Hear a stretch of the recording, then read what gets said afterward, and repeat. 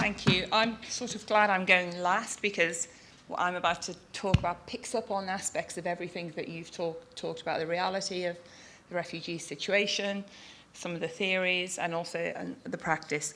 But I'm not delivering this as an academic paper. I'm going to talk to you about something that I'm involved in, which touches on a lot of these issues.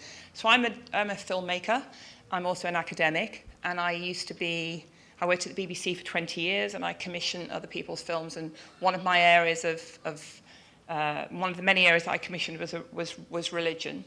And I've made many documentaries. And what we do in filmmaking, and what documentary is very good at, is it illustrates the macro through the micro. So you find stories, you find individual stories, you find human experience, you tell that story, and through that you can illustrate a macro issue. Television's never good at taking an issue and saying, let me tell you about this, but it's incredibly good at using the power of human experience and storytelling to illustrate something bigger. One of the things that I have had an enduring interest in is trafficking and trafficked women, and how the refugee crisis is, in a way, has amplified all of that, and also how it challenges us because you can't talk about trafficked women without talking about prostitution. And lots of the organizations that want to engage in discussion about trafficking don't want to talk about prostitution. They want to keep those two things completely separately.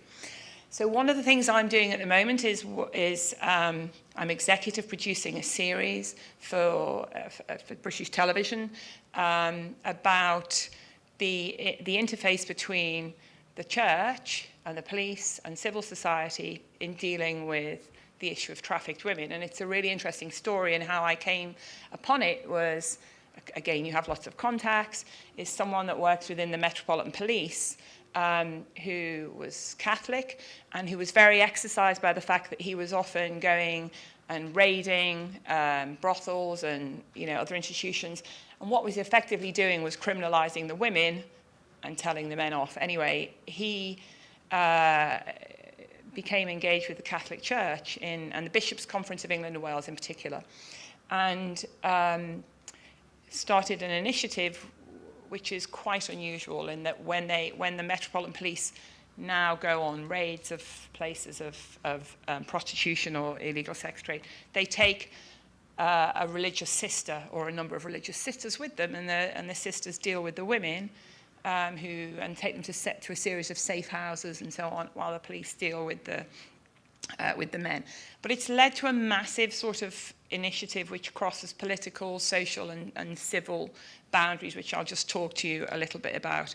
And the reason I'm interested in it as well is that, and I've done some other things on this, is I was really interested in the ability of the church to hold the ring in some quite sort of sensitive issues, and to manage to be there as a neutral space in which you can bring together lots of disparate bodies and to effectively hold the ring.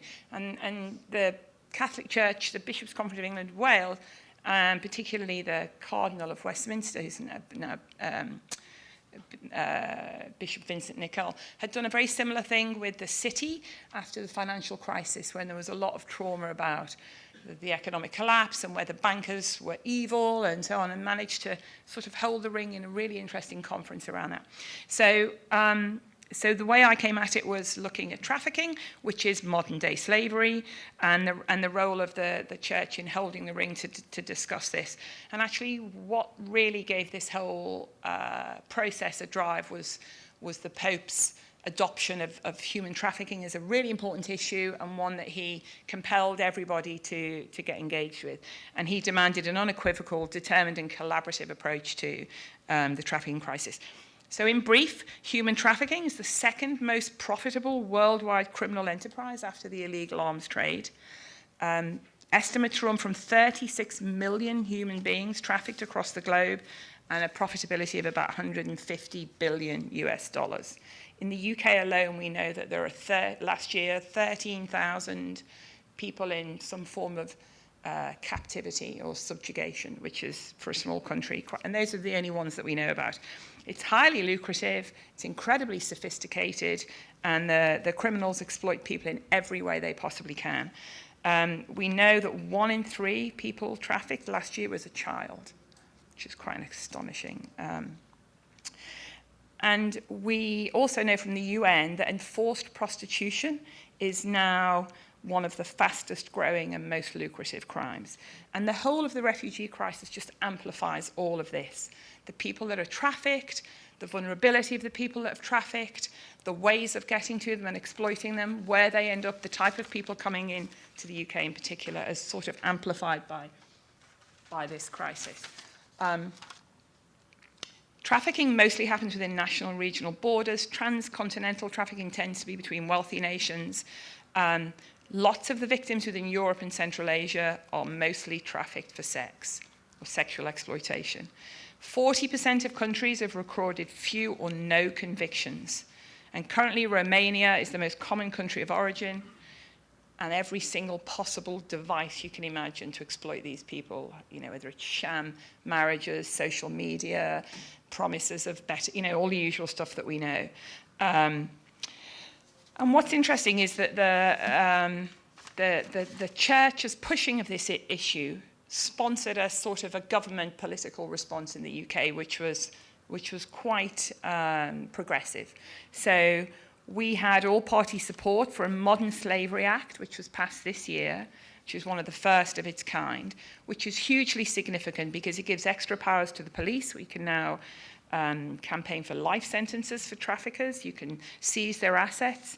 We appointed the first independent anti-slavery commissioner, who was the Met commissioner that I talked to you about, a guy called Kevin Highland, who campaigned for the church to be involved in the response to trafficking and prostitution.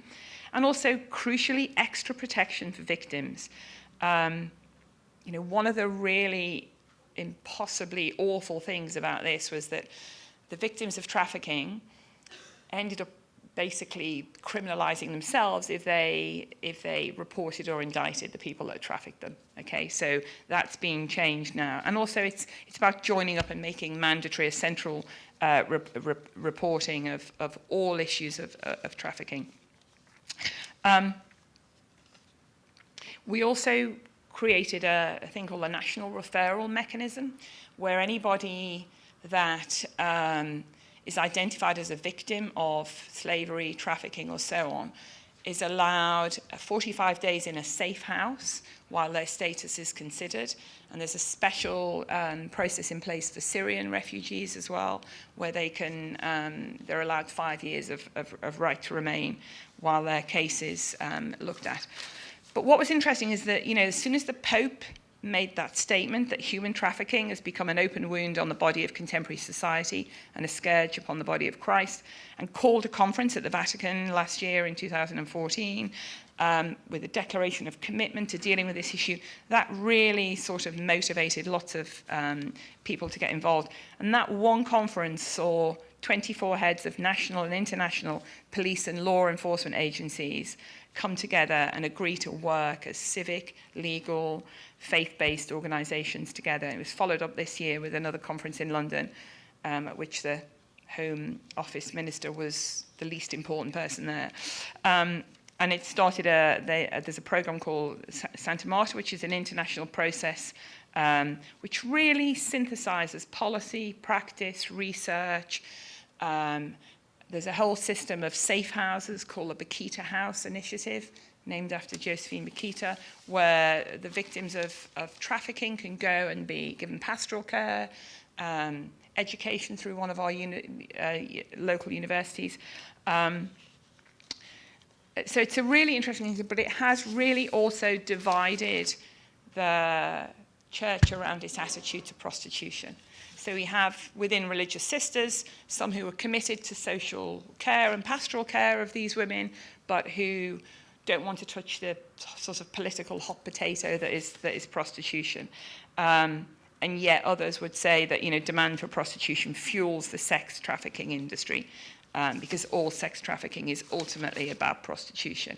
And there are some very radical religious sisters in London who are working to try and have prostitution back on the agenda, to have it criminalised in all its manifestations. And that's a slight sort of schism in the work of... but what I'm doing is making a film about, joining the sisters and the police on some of the raids, and then following the women's stories through, seeing what happens to them, seeing how that works on a global, and then through that you can look at the policies and the issues and the politics surrounding the issue. Okay.